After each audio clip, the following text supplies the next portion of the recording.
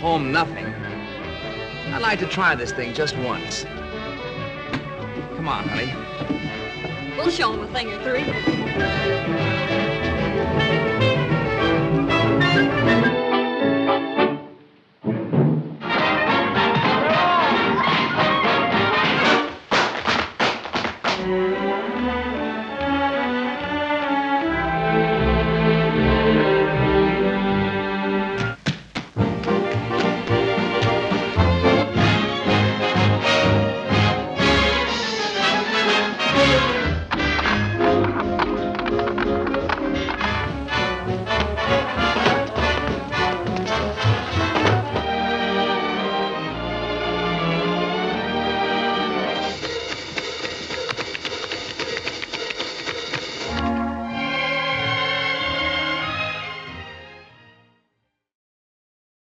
No one will agree completely with my ranking. All opinions are valid. Beauty is in the eye of the beholder. It would be great if, in the comments, you post your ranking 1 to 10, 1 being the best, and I will compile the viewers' choices. The criteria is based on the overall movie. You can find supporting videos of different levels of detail in the complete Fred and Ginger playlist. A link is at the end of this video.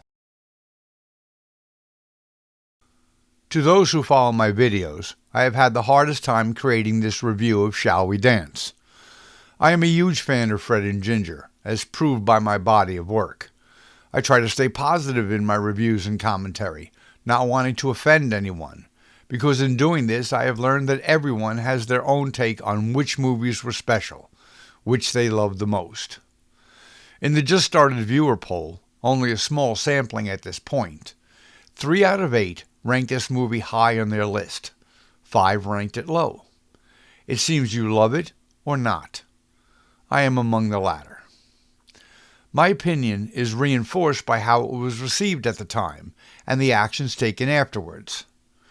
But then The Wizard of Oz lost money when it was released, and It's a Wonderful Life did terribly, and they are both great movies. Don't be offended. What do I know? Just another opinion. I believe those that rank this movie high are Gershwin fans, and the Gershwins were great, created an incredible body of work. It is not the Gershwin songs and score that make me rank this so low. They provided 2 great songs and several other nice ones, some of the high points of the movie to me. Before the movie, some considered them having gone too highbrow in their previous work, especially with Porgy and Bess. George Gershwin sent a telegram saying, "Rumors about highbrow music? Ridiculous. I'm out to write hits." And the Gershwins delivered. Songs, even great songs, while a crucial component of a musical movie, do not make the movie alone. I have many issues with their 7th movie, Shall We Dance, which I cover in depth in my Fred and Ginger series of documentaries. While I understand management's desire to do something different, in my opinion, they made several crucial mistakes and were led astray by their insular industry views and prejudices, and then used this drop-off as a rationale to totally trash the formula in the next 2 movies. Shall We Dance did not make the top 10 revenue chart for 1937, and, for the first time, an Eleanor Powell musical, Broadway Melody of 1938, did better than a Fred and Ginger movie, coming in 6th. It seems to me MGM finally figured out how to make a musical in the same class as the Fred and Ginger movies, just when RKO lost its way. Fred and Ginger dropped to a still very respectable 7th in the top moneymaker chart, I believe on the strength of their combined movies. This was the last appearance of Fred on this poll. Ginger appeared in 6 of the next 8 years, but at a lower ranking. In reaction to its reception, RKO feared the team was losing its popularity. Plus, both Fred and Ginger were pushing hard to do movies outside the team. Fred did A Damsel in Distress with Joan Fontaine, which did poorly and was the first Astaire movie to lose money according to RKO accounting. Ginger did 3 movies: Best Picture nominated Stage Door with Katharine Hepburn, Vivacious Lady with James Stewart, one of my personal favorites, and the disappointing Having Wonderful Time with Douglas Fairbanks Jr. It was 16 months before the release of the next Fred and Ginger movie, Carefree, the shortest movie in the series with the least amount of songs. Thanks, RKO. I will leave all this for the documentary, because I call this list rated from great to the greatest, and there's plenty I do like about this movie. Just not enough to rank it over the others. The Gershwins, They Can't Take That Away From Me is, to me, the second most beautiful song and the most touching in the series. The song, Let's Call the Whole Thing Off, is very special, very clever. The dance to it on roller skates is truly unique. I like Ginger singing They All Laughed, and the dance, after a slow start, gets very good. There are some laughs and some nice moments. Shall We Dance was produced by Pandro S. Berman, directed by Mark Sandridge, songs by George and Ira Gershwin, co-starring Edward Everett Horton, Jerome Cowan, Eric Blore, William Brisbane, and Keddy Gallian. Fred is the Russian ballet star Petrov. Horton is owner of a ballet company performing in Paris. He becomes hysterical when he finds Fred tap dancing in his room. Fred reminds him he is actually an American, Pete Peters of Philadelphia, PA. Horton reminds Fred they are overdue to leave for a show in America. Fred says he cannot go and shows Horton a flipbook of Ginger, an American dancer also performing in Paris. Fred loves her style and grace and wants to marry her.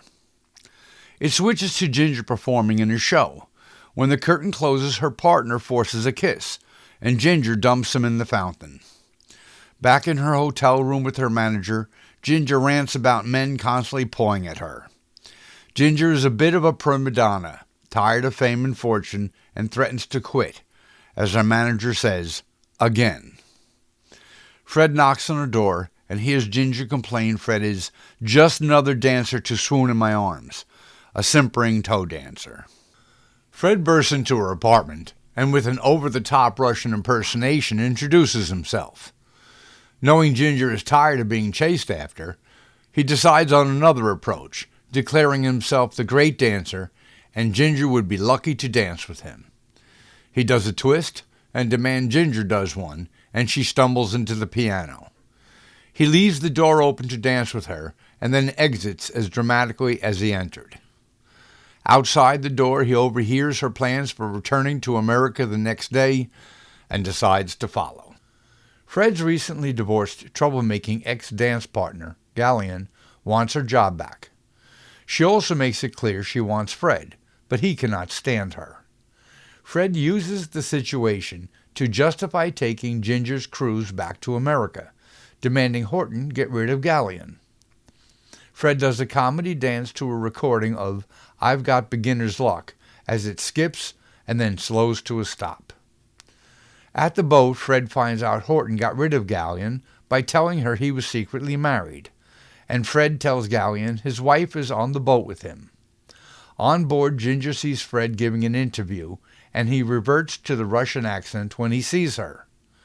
Thankfully, we can dispense with the impersonation. It did not work for me. Fred hangs out in the cleanest engine room you have ever seen with an all-African-American crew. Uncredited Dudley Dickerson starts off the song Slap That Bass as the crew performs, and then Fred takes over the song and dances with the rhythm of the machines. Ginger is walking her dog, so Fred rents a dog to walk with her. It does not go well for him. Horton and Cowan accidentally get together in the bar and get drunk, and the next morning Horton is hungover. Fred persists with the dog walking routine, and it finally works. Fred sings the short, sweet, beginner's luck to Ginger, celebrating they are in love. Things are going too well for Fred, so the ship gets word Gallian has revealed Fred's secret marriage to the gossip columns. To make matters worse, Ginger is repairing her dog's sweater, and now the rumor mill says they are going to have a child. It's all in the ship's morning bulletin. Fred sends Horton to straighten it out, but he tells Ginger it's all Fred's fault. In this movie, it does not take much for Ginger to start running, or in this case, flying, away.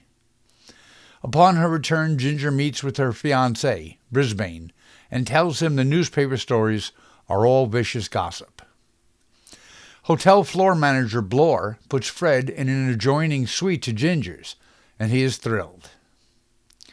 Ginger tells Cowan she's going to marry Brisbane. Cowan sets Ginger up, invites her to dinner at his club, and also invites Fred. They call Ginger up to sing a song, The Very Nice They All Laughed, and then announce she will dance with Fred in front of her fiancé. It starts off slow and confused, Fred doing ballet, Ginger tapping. Then Fred breaks into a tap dance, and the dance they do together is excellent. As always, it works. Ginger loves dancing with Fred.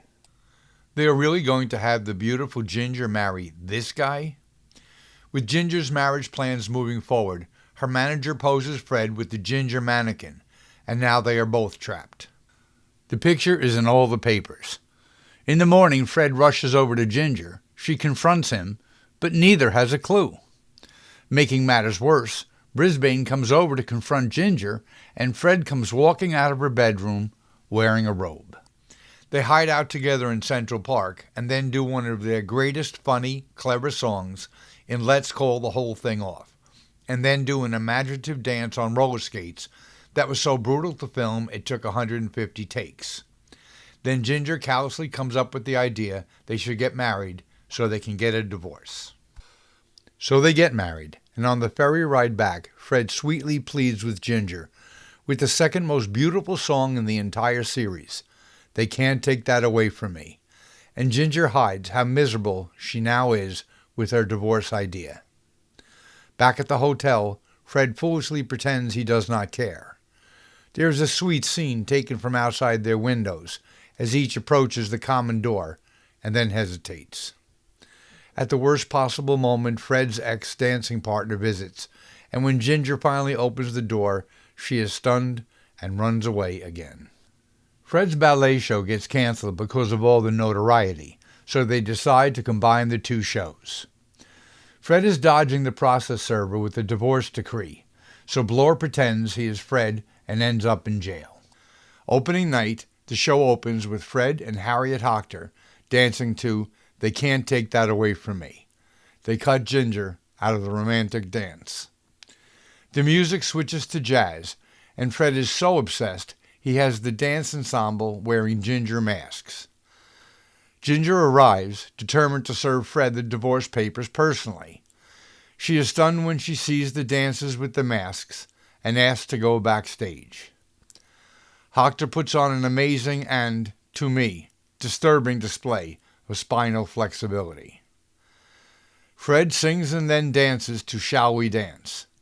He dances with the ensemble and hears Ginger's voice, and after a frantic search finds her. They dance the final dance and happy ending. Please like and subscribe.